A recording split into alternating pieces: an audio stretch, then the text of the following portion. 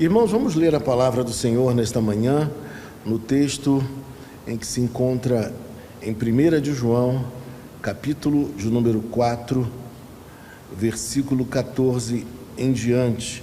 Hoje nós terminaremos o capítulo 4, com a graça de Deus, capítulo 4 de 1 de João.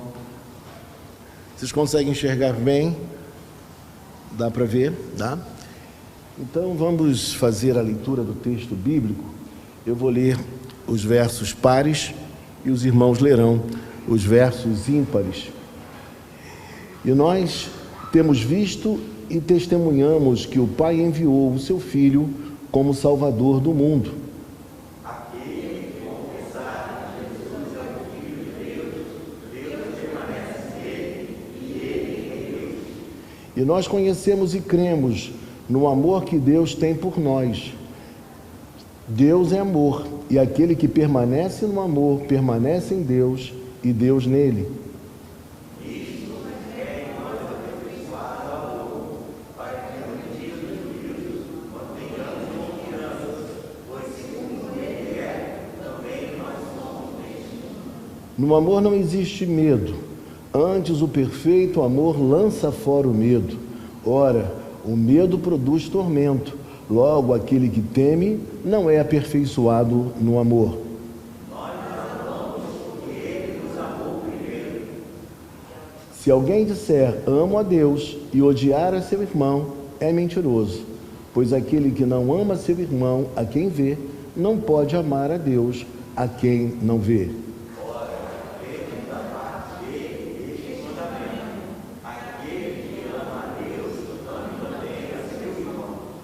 Amém. Vamos orar mais uma vez. Senhor Deus e Pai Celestial, nós queremos te agradecer pela Tua palavra, pela oportunidade de explaná-la, Pai, e queremos te pedir que o Teu Espírito Santo nos conduza nesta manhã, para que esse texto que é tão precioso, tão lindo, Pai, ele possa falar de maneira muito profunda ao nosso coração, porque nós queremos ouvir a Tua voz, nós queremos compreender mais a Tua palavra, Pai, para poder viver em conformidade com ela. O nosso maior desejo, Pai, é Te agradar, ó Deus querido. Portanto, nós Te pedimos mais uma vez, venha falar conosco nesta manhã, porque nós Te oramos em o nome santo do Teu Filho amado, Senhor Jesus Cristo. Amém. Amados irmãos, nesta manhã nós vamos abordar esses versos do versículo 14 em diante, mas eu diria para você inicialmente, para que você possa se situar, você que não tem vindo sempre ou que esteja nos visitando nesta manhã, que você saiba que João, aqui o escritor desse texto, é justamente João, o apóstolo do amor. Então é alguém que tem um coração muito terno, alguém carinhoso, alguém afetuoso, alguém muito sentimental, aquela pessoa realmente que a gente fala, poxa, esse ama de verdade. Mas João, ele também tem uma qualidade que eu acho ímpar. Ele ama, mas ele não deixa de dizer a verdade. Eu até diria mais, porque ama, ele falava a verdade, aquilo que era necessário. Porque aquele que nos ama de verdade, esse vai falar para nós aquilo que nós precisamos ouvir. Ele vai nos instruir, ele vai nos ensinar, ele vai se preocupar com a nossa vida e vai querer que a gente vá bem. Não é assim que acontece conosco nas nossas relações familiares. A gente por vezes fala alguma coisa em casa para o filho, mas o nosso objetivo não é magoar, o nosso objetivo não é entristecer, é porque nós queremos de fato que o bem do outro, daquele que é caro, daquele que é precioso ao nosso coração. Então João, ele tem essa incumbência da parte de Deus de amar, porque todo crente ama, e ele amava como ninguém, mas ao mesmo tempo de falar para os seus ouvintes, para a igreja, aquilo que era necessário ser dito. E sendo assim, quando a gente olha para a Bíblia Sagrada, logo no versículo de número 7, só para você poder entender e se situar inicialmente, nós verificaremos que logo no versículo de número 7, ele vai falar sobre a importância desse amor. E ele diz que esse amor não pode ser um amor somente numa direção. Esse amor precisa ser retroalimentado. Esse amor precisa ser como uma rua de mão dupla. Então, ele vai na sua direção e ele vem também na minha direção. Assim deve ser o amor que ele tem como proposta, porque o amor cristão, o amor deve ser assim. Outra coisa importante que ele vai nos dizer também, ele vai falar para nós que todo aquele que é nascido de Deus, ele ama. Porque a qualidade do amor bíblico só pode ser vivenciado por aquele que de fato ama, por aquele que de fato nasceu de novo. O amor bíblico, ele não é um amor muito fácil para as pessoas que não têm ainda esse renascimento espiritual. Eu diria até que é algo impossível para aquele que não nasceu de novo. Mas você que está aqui nesta manhã e que já nasceu de novo, você tem um amor em você. Esse amor, primeiramente, foi comunicado a você pela pessoa bendita de Jesus Cristo. Quando nós queremos ter uma prova real de amor, quando nós buscamos um exemplo de amor, nós não temos que olhar para outro lugar, a não ser olhar para a cruz de Cristo. Ali nós temos a expressão máxima desse amor. Então, é um amor, acima de tudo, um amor abnegação. É um amor doação. É um amor ativo. É um amor que não é apenas algo verbalizado ou algo mentalizado, mas é algo exercido na nossa prática, no dia a dia. Diria mais para vocês ainda. Esse amor, ele não se dá em nós como algo que nasceu por nossa própria conta. Esse amor que há em mim e em você, ele é um amor que está em nós porque, em primeiro lugar, Jesus Cristo nos amou se entregando na cruz do Calvário.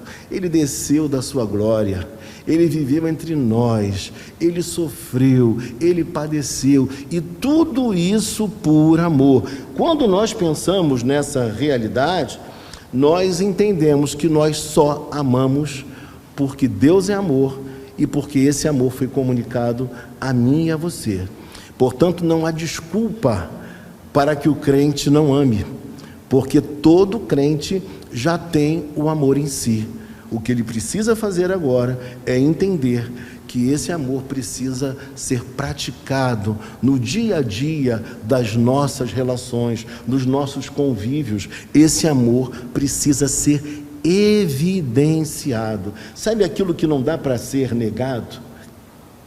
E é assim que acontece também quando nós pensamos naqueles que ainda não são crentes. Eles não leem a Bíblia. A Bíblia que eles leem somos nós, a nossa vida, a nossa pessoa.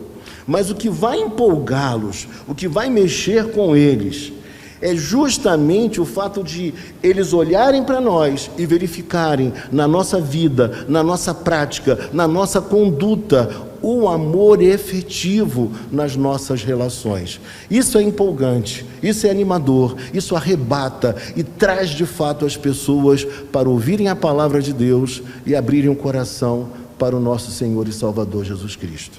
Outra coisa importante dizer ainda aos amados irmãos, que esse amor que ele nos fala, que ele nos diz, é um amor que inclusive nos dá a tranquilidade de nós sermos salvos.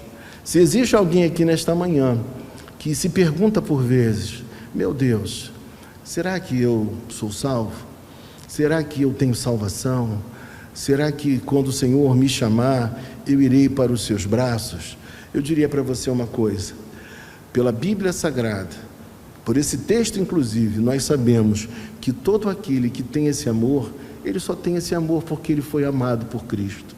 E se foi amado por Cristo, ele permanece em Deus e Deus permanece nele. Então, não há o que temer, não deve ter terror. Nós precisamos nos relacionar com esse Deus de maneira muito tranquila, porque Ele é o Deus da nossa vida, que nos amou quando nós não merecíamos tamanho amor.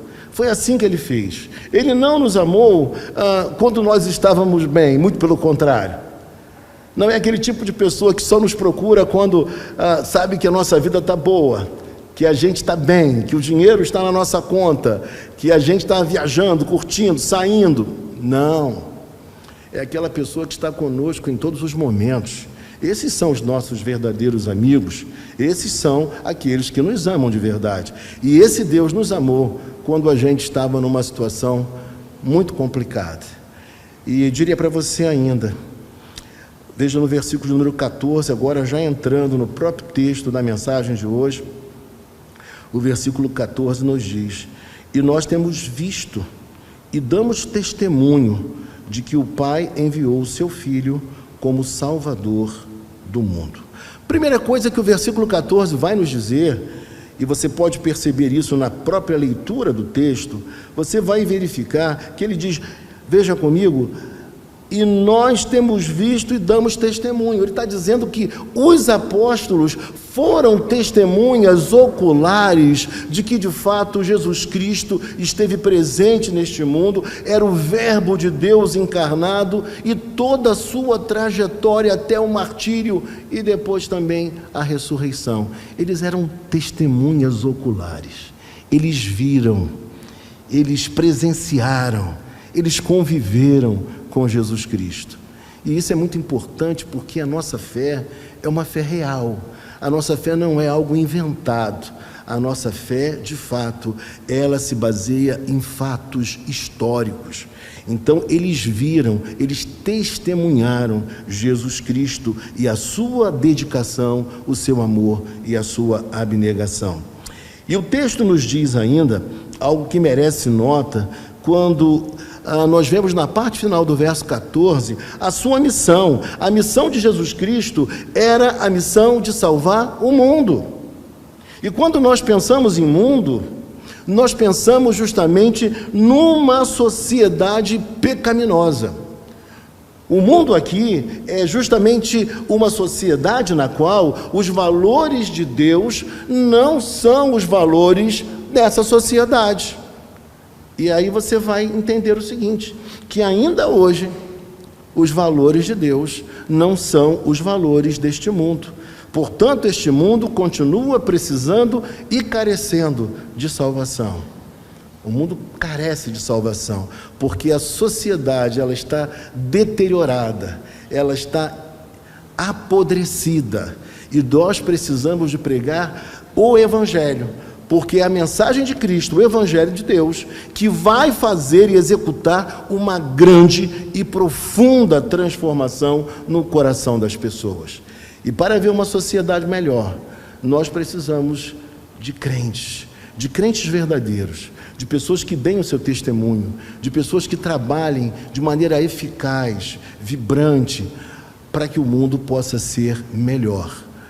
Talvez você seja daquelas pessoas que pensem assim, mas a Bíblia não fala que as coisas irão de mal a pior? A Bíblia não diz que o mundo jaz no maligno? Então como assim, pastor? Eu diria para você uma coisa, você precisa entender que existe uma realidade que a Bíblia atesta, confirma.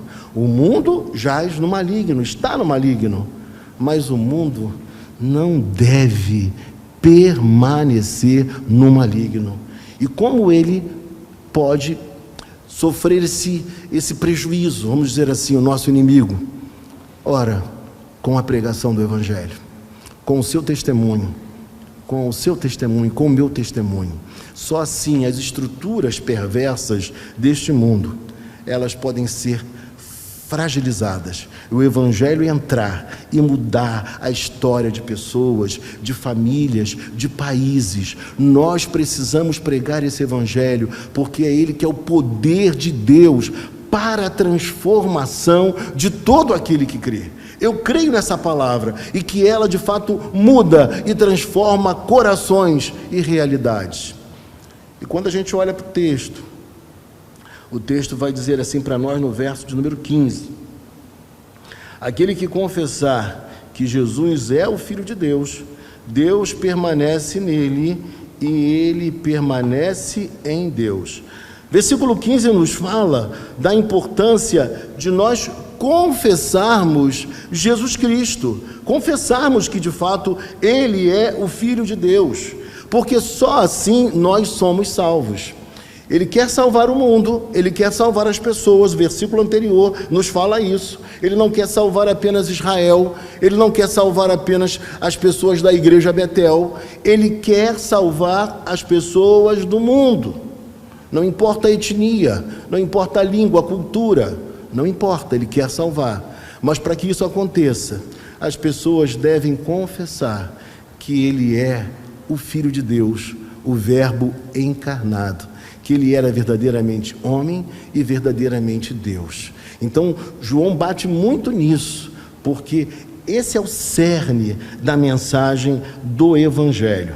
E o texto diz mais, o texto usa uma expressão aqui, permanece nele e ele permanece em Deus. A permanência aqui tem a ver com a ideia de moradia, de residência. Ele está dizendo para nós que Deus habita em nós, tem comunhão conosco, faz moradia em nós e nós também fazemos moradia nele. Existe uma intimidade, existe uma ligação muito forte entre nós e ele. E tudo isso que ele está dizendo aqui é para que nós tenhamos segurança, para que os discípulos naquela época pudessem ter segurança e para que nós também, nos dias atuais, tivéssemos a segurança que Deus nos guarda, que Ele nos protege, que Ele tem propósitos na minha vida e na sua vida também. Olhe para a sua Bíblia e veja comigo no versículo de número 16, diz assim: e nós conhecemos o amor e cremos neste amor que Deus tem por nós. Então, para João, não deveria haver nenhuma dúvida quanto ao amor que Jesus Cristo concedeu a mim e concedeu a você. Você tem dúvida que você é amado por Deus ou amada por Deus? Como é que você olha essa questão? Você está pensando talvez que Deus tenha te esquecido diante das lutas que você possa estar enfrentando? É necessário que você entenda que João aqui fala: e nós conhecemos o amor e cremos neste amor que Deus tem por nós. Por quê?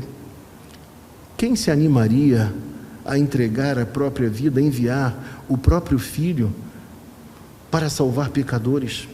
Quem faria tal coisa? Então João, ele quer expressar uma realidade insofismável, que nós somos amados, que nós não precisamos ficar sentindo que somos amados, duvidar se somos amados. A própria palavra de Deus, ela testifica que nós somos amados por Ele, e nós podemos descansar nesse amor, porque na verdade, quando a gente sabe que é amado, a gente encontra o quê? A gente encontra a segurança. A gente não fica preocupado demasiadamente se o outro vai deixar de nos amar no dia seguinte. Sabe por quê? Porque o amor de verdade não é um amor de sofrer oscilação. O amor de verdade, ele é permanente, ele tem assiduidade, ele é de fato um amor que não consegue se negar.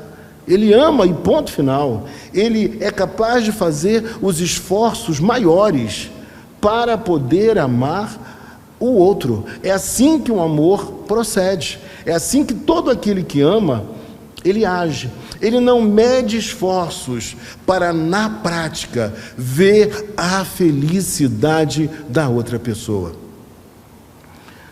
Estava lembrando de 1 Coríntios 13, quando o apóstolo Paulo, ele faz aquilo que muita gente boa diz que não consegue fazer, que é definir o amor. E Paulo ali, ele diz que o amor é paciente e benigno. Eu estou lembrando que eu preguei esse sermão já em casamento. E o amor é paciente e benigno. E por que é paciente e benigno? Porque o amor, ele trabalha em prol da paz com o outro. E o amor é benigno porque ele apenas não torce para que o outro seja feliz, mas ele é benigno, ele é bom na prática, ele faz coisas efetivas para que o outro se alegre, para que o outro festeje, para que o outro se sinta seguro, tenha realização.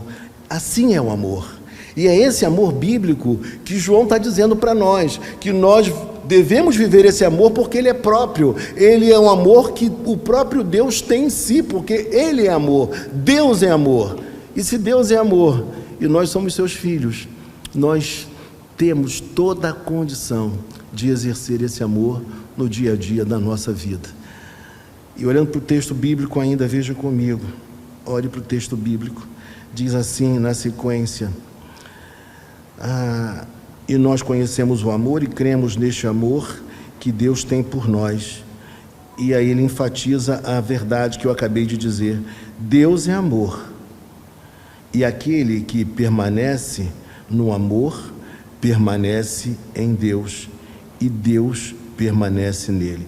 Todas as coisas estão intimamente ligadas, elas não podem ser quebradas ou partidas, tudo está encadeado. É que o texto nos diz: Deus é amor, e aquele que permanece no amor permanece em Deus. Você ama?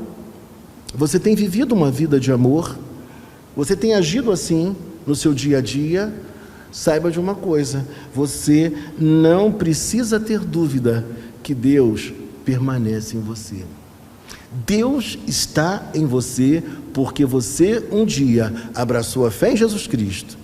Você recebeu esse amor que te foi comunicado e, portanto, você não consegue agir de outra forma, a não ser amando as demais pessoas, amando o seu próximo. E na sequência, ele nos diz: nisto o amor é aperfeiçoado em nós. O que isso quer dizer para você e para mim? Nisto o amor é aperfeiçoado em nós. Primeira coisa que eu diria para você: não é o amor de Deus que é aperfeiçoado. Por quê? Porque Deus é amor, Ele é amor perfeito. Então, não é Ele que está sendo aperfeiçoado em seu amor, mas o que Ele está dizendo para nós é que o nosso amor, ele é aperfeiçoado. Mas aperfeiçoado em que sentido? O nosso amor, ele é amadurecido. O nosso amor se torna pleno, maduro, a partir dessa vivência espiritual que nós temos em Cristo. Um amor que é maduro e aperfeiçoado. Não é aquela ideia desse amor de Hollywood, não é essa ideia desse amor que por tudo se zanga e que fica de mal e que de repente já não apoia mais o outro. A mulher que brigou com o marido e, portanto, agora está de birra. O marido que brigou com a mulher e também não torce por ela. Não é isso. Esse não é o amor bíblico. Então ele não está falando disso. Ele está falando de um amor maduro, de que apesar das dificuldades relacionais, dos problemas existentes em qualquer tipo de relacionamento, seja marido e mulher, seja pai com filho, não importa, ou entre amigos, mas o que ele está dizendo para nós é que esse amor agora é maduro. E se esse amor é maduro, ele é um amor constante. E se é constante, coisas lindas são feitas para o outro, ainda que o outro não esteja agindo da maneira que nós gostaríamos. Dá para entender o que eu quero dizer? Está claro? Eu acho que está claro, não está? É um amor decisão. É um amor daquele que de fato decidiu amar, que tem isso como um estilo de vida, como uma maneira de ser, como uma forma de se comportar. Então, tanto nas nossas relações com os filhos, com o cônjuge, com o amigo, nós precisamos ser constantes.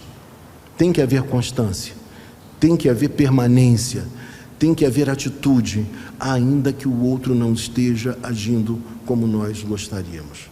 Então, esse é um amor bíblico, é um amor doação, é um amor abnegação. E eu pergunto a você nesta hora, olhe para cá, não é assim que Deus também nos ama, ainda hoje? Não é assim que Deus faz conosco? Por vezes eu faço o que não devo, por vezes eu falo o que não gostaria de falar, mas acabo falando, mas ainda assim, Deus continua a me amar. Deus não desiste de me amar porque eu fiz alguma coisa indevida, porque eu falei alguma bobagem, ou porque eu não correspondi, talvez, à expectativa dele. Porque, meu amado irmão, minha amada irmã, quem é que, humanamente falando, consegue a todo tempo cumprir, saciar a expectativa do outro? Ninguém consegue. Nós somos falhos, nós temos nossos erros, mas toda pessoa que amadureceu no amor, ela é capaz de entender isso. E quando age assim, tudo se torna mais fácil, tudo se torna mais bonito. Existe uma relação que estabelece o quê? Segurança, porque a gente entende que a gente é amado, mesmo quando não faz aquilo que deveria ter feito exatamente, mesmo quando o prato que a gente fez para o marido não ficou muito saboroso. Compreende? É disso que João está falando. Está falando de coisas práticas. Por quê? Para que a família vá bem, para que a igreja vá bem, nós precisamos desse amor. É esse amor que vai possibilitar que a gente fique junto, que a gente se entenda, que a gente se harmonize. E nós precisamos olhar para essa palavra e dar glória a Deus, e dizer aleluia, e dizer, meu Deus, eu quero viver isso, eu quero experimentar esse amor, porque a palavra diz que Ele me amou de tal forma, que a única coisa que eu posso fazer e devo fazer, é corresponder a esse grande amor. E olhe para o texto bíblico, quando a palavra do Senhor nos diz assim, mais uma vez, nisto o amor é aperfeiçoado em nós, o que significa dizer também que nós no dia a dia da vida, nós passamos a agir de maneira semelhante à de Jesus Cristo, a nos doar. E diz mais ainda, para que no dia do juízo mantenhamos confiança. Está vendo aí? O que ele está querendo dizer para a gente aqui? Ele está dizendo para nós que se nós amamos, nós não precisamos temer quando o dia do juízo chegar. Muita gente se apavora com a ideia do dia do juízo. Tem muita gente com medo. E diria para você ainda que em pleno século XXI, a ideia do dia do juízo é uma ideia estranha às pessoas da nossa época. Ninguém quer ouvir falar nisso. Todo mundo vai achar que essa pregação, que esse ensino é um ensino retrógrado, que isso é um absurdo. Então não é politicamente correto. Mas o texto nos diz que se nós vivemos este amor, nós podemos ter confiança no dia do juízo. No dia do juízo, nós teremos toda a tranquilidade, porque nós já fomos amados, porque nós já fomos perdoados, porque nós já fomos salvos, alcançados por Jesus Cristo. Então, naquele momento, eu não precisarei temer, porque eu já fui aceito por Ele, amado por Ele, então eu posso ter tranquilidade. E se João está escrevendo isso, é porque havia muita gente com essa preocupação, muita gente apavorada. Será que no dia do juízo eu serei reprovado ou reprovada? João está dizendo que não. Se você é crente, se você ama, se você permanece nele e ele em você, você pode estar tranquilo ou tranquila, porque você é dele. O maligno não vai tocar em você, ou não pode tocar em você. Você tem todas as bênçãos de Deus. Você é alguém que pertence a Ele, que Ele cuida de você, e tudo que te acontece é por permissão dEle. Quando até alguma coisa negativa acontece, não pense você que o inimigo está reinando sobre a sua vida, mas Deus tem propósitos, e por vezes Deus permite que algumas coisas aconteçam na nossa história, para que a gente acorde, para que a gente repense a nossa vida.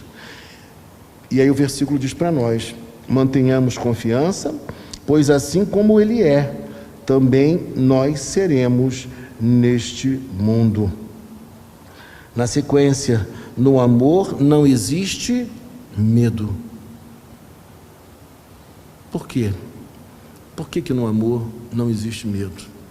Porque no amor existe base segura para os nossos relacionamentos.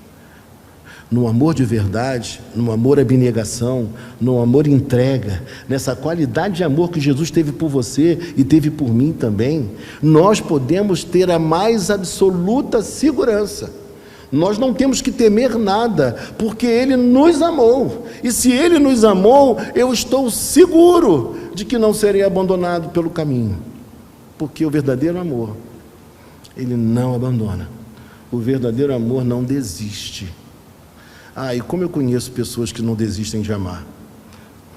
Conheço pessoas que sofrem, às vezes, no casamento, mas que ficam anos e anos lutando, orando, porque não desistem de amar.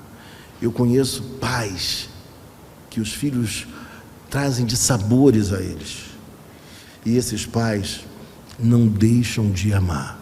Continuam vivendo, orando, fazendo o melhor, cuidando, porque tem um profundo e grande amor pelos seus filhos. Não conseguem viver o desamor. O amor é muito mais forte.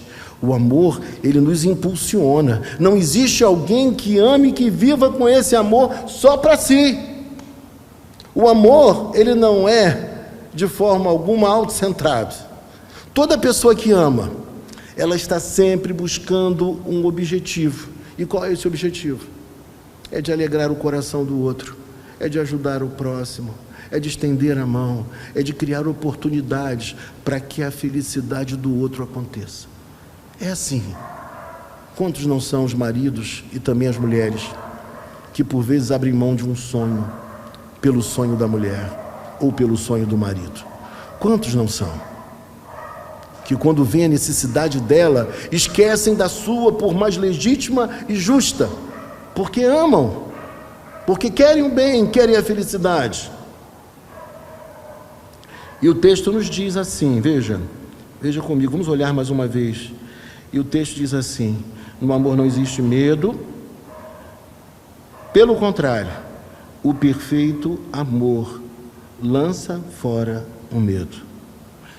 Imagina uma pessoa que em determinado momento teve uma desilusão amorosa, alguém que foi enganado, traído, abandonado, mas que depois de um certo tempo, após dizer que nunca mais amaria ninguém, que nunca mais abraçaria outra pessoa, que nunca mais abriria o coração, porque não valia a pena se relacionar e amar. Mas quando essa pessoa tem em si o despertar por uma outra pessoa, ela se esquece completamente dos dissabores, das mágoas, do passado, das traições, das maldades vivenciadas em relações que não foram boas. E agora, mais uma vez, ela se lança a amar, porque o amor é mais forte, porque o desejo de compartilhar aquilo que está dentro de nós é muito mais intenso, é efusivo, não pode ser contido de forma alguma. Portanto, queridos, quando nós amamos, nós lançamos fora o medo. Ainda mais quando a base desse amor é uma base tão segura como o amor de Deus por nós, enviando Jesus Cristo a este mundo. É uma prova cabal quando o texto bíblico nos diz em Romanos 5,8: mas Deus prova o seu próprio amor para conosco, pelo fato de ter Cristo morrido por nós, sendo nós ainda pecadores. É um amor insofismável.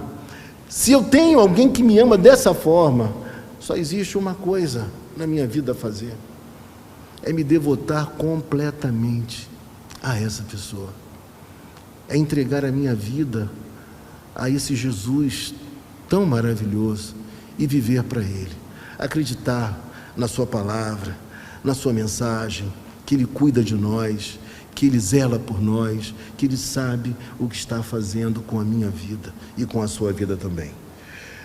Versículo 19 nos diz assim: nós amamos porque Ele nos amou primeiro. Isso significa dizer que a gente, por nós mesmos, não amaríamos a Deus. Não aconteceria isso. O homem caído, o homem perdido, o homem pecador, ele não consegue amar a Deus. Ele não consegue cogitar das coisas espirituais. Por isso ele não ama. O que ele faz? Ele odeia. Por isso ele não entende a mensagem do Evangelho, mas ele a desconsidera, ele a despreza, porque ele não consegue amar.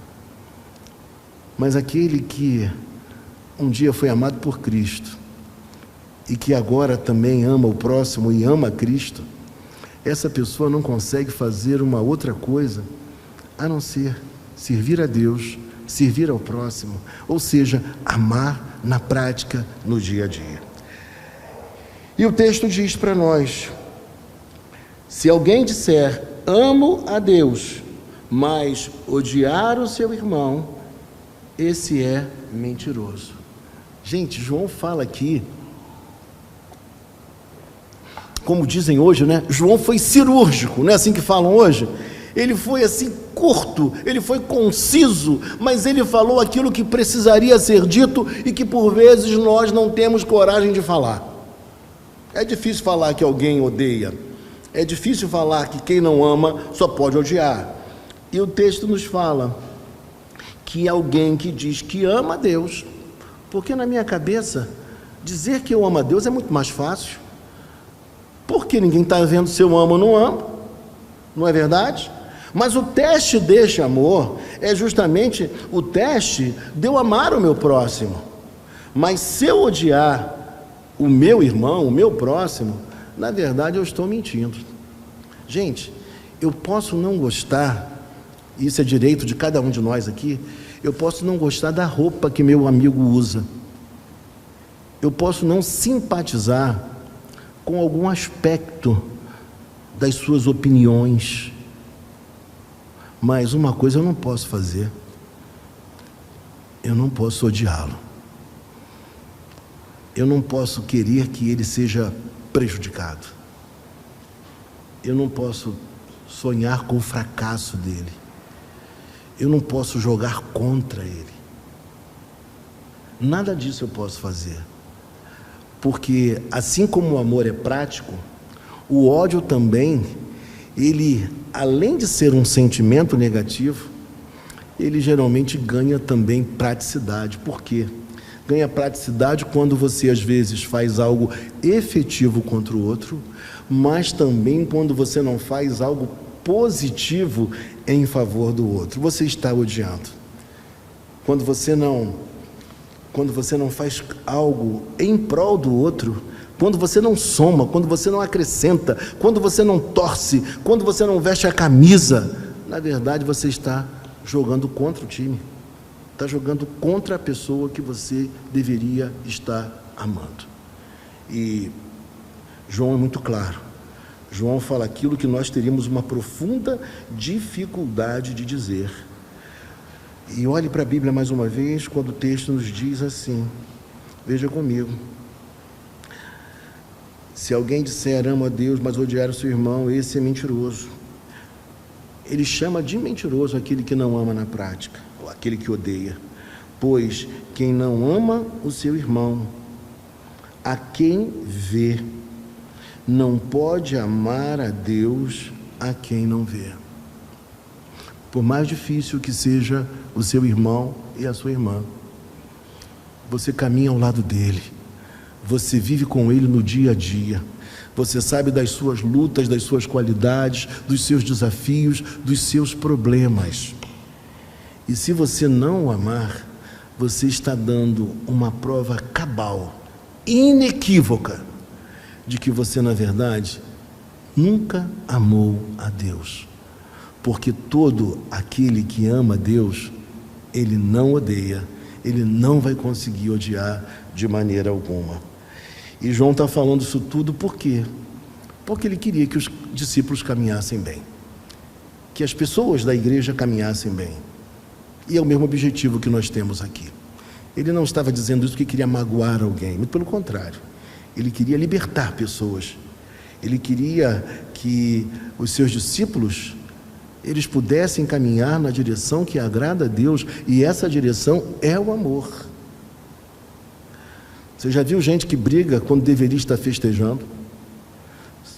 Tem gente assim, na hora de partir o bolo, começa a brigar, passou por tantas dificuldades, e agora que era a hora de celebrar, que a tempestade passou, o temporal foi embora, a pessoa começa a brigar, a pessoa começa a criar problema. Gente, nós já enfrentamos coisas muito piores. Agora é hora de nós nos alegrarmos em Deus, de festejar, de agradecer, de celebrar.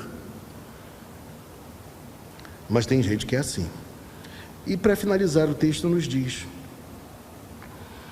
versículo de número 21: e o mandamento que dele temos é este: quem ama a Deus, que ame também o seu irmão. Quem ama a Deus, que ame também seu irmão. Por que ele está dizendo aqui para nós? Ele está dizendo que lá no Antigo Testamento, lá em Deuteronômio capítulo 6, versículo 5, nós temos um versículo bíblico que fala sobre o amor a Deus. Isso para o judeu era muito importante, o Shema Israel, a partir do capítulo 6, versículo 4. Mas quando chega no verso 5, ele fala, lá em Deuteronômio, que nós devemos amar a Deus acima de tudo. Então, é numa linha, o quê? Vertical, não é isso?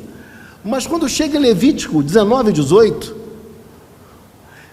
ele fala sobre o amor entre nós, entre as pessoas, entre o povo de Israel, que nós deveríamos nos amar uns aos outros.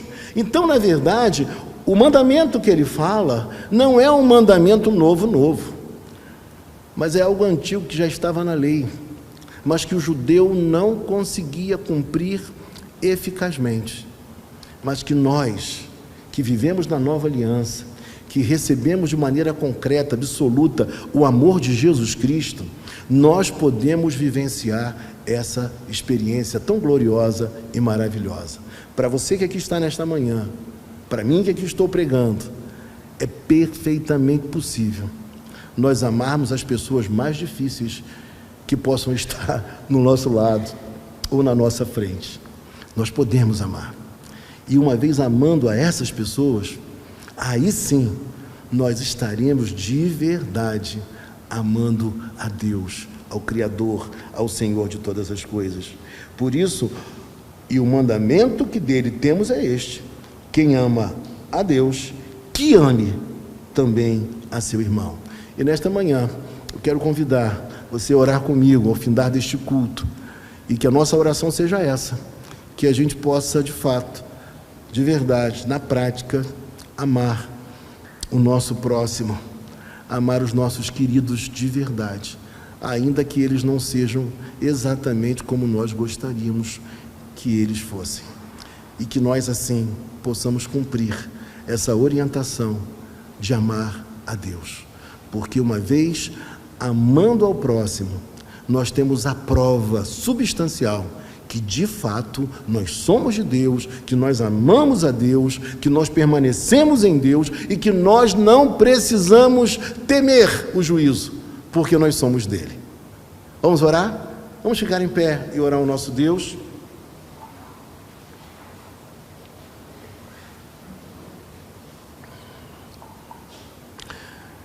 Senhor Deus e Pai Celestial, nós queremos nesta hora, Pai, invocar o Teu santo nome, te agradecer, ó Deus, por esta palavra, Pai, que é tão rica, que teríamos que ficar falando tempo e tempo a respeito da mesma, Pai, sem esgotá-la, Pai. Nós queremos te agradecer porque o texto é muito claro, nós podemos amar porque já fomos amados por Ti. Ó Deus, nós temos a maior prova, que é justamente a entrega de Jesus Cristo, o Teu Filho amado. Ó Pai, obrigado por cada um dos irmãos que aqui estão presentes nesta manhã, que a Tua bênção repouse sobre cada um deles, que eles possam ser contados entre aqueles que têm este amor, que vivem esta expressão de amor, ó Pai, que a Bíblia nos ensina, e que assim, uma vez amando, ó Deus, uns aos outros, nós também amemos a Ti, Pai. Ó Deus, que nós confirmemos o amor que nós expressamos em relação a Ti. Obrigado por esta manhã tão linda, ó Deus, pelas famílias aqui presentes, Pai querido, por aqueles que estão sonhando, Pai, com amor, com aqueles que estão querendo melhorar os seus relacionamentos, com aqueles que ainda estão se voltando para Cristo, ó, desejosos de uma nova vida, Pai, que eles possam, ó Deus, vivenciar essa experiência gloriosa, com base neste amor maravilhoso que nós recebemos, e que assim vivam também, amando, Pai, as pessoas caras que estão à sua volta. Pai, nos ajuda, Pai, porque nós não queremos de maneira alguma, Pai, ter uma pitada que seja, Pai, ó Deus, de ódio em nós. Ó Deus, Tu nos chamaste para amar, ó Deus, para propagar o Teu Evangelho, e é este amor, ó Deus, que trará muitas pessoas, Pai, a olharem para nós e verificarem que nós nos prezamos, que nós nos assistimos, que nós nos amamos, que nós nos respeitamos. Obrigado por tudo, Pai, por esta manhã maravilhosa, Pai. Ó Deus querido, que o Senhor nos conceda um domingo, Pai, com muitas expressões de amor, ó Pai. É o que nós queremos, é o que nós desejamos e Te pedimos nesta hora. Te oramos assim, em o nome santo de Jesus Cristo, o Teu Filho amado. Amém. Recebei a bênção, que o amor de Deus o Pai, que a graça de nosso Senhor e Salvador Jesus Cristo, que as doces, eternas e eternas consolações do Espírito Santo sejam sobre todo o povo do Senhor, espalhado sobre a face da terra e sobre cada um de nós hoje aqui. Amém.